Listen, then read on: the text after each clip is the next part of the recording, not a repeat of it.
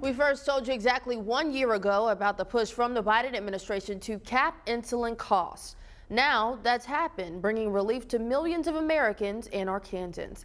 THV 1110 Russell sat down with those who work closely with diabetics and has more.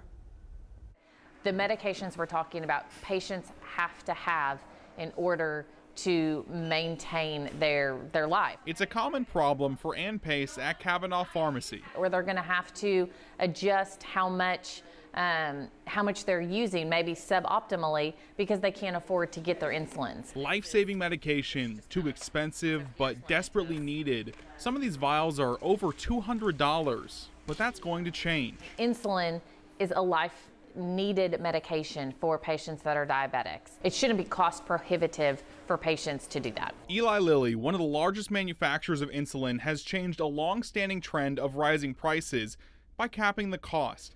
Insulin manufactured by the company will have a maximum price of $35 a month.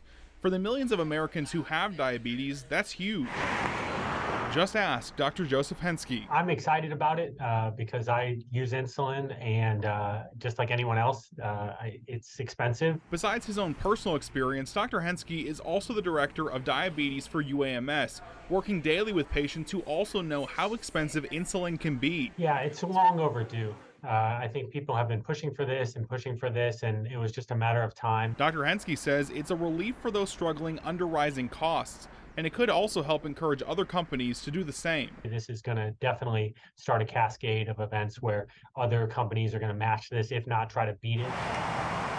Back at Kavanaugh Pharmacy, Pace is ready for the change, but she warns they'll need a little bit of patience, especially for an impact as big as this. My guess is that patients will have those lower copays. The insurance companies will then work with Eli Lilly on those drugs, and they'll figure out how the cost is going to be made up there. In Little Rock, Ian Russell, THV 11 News.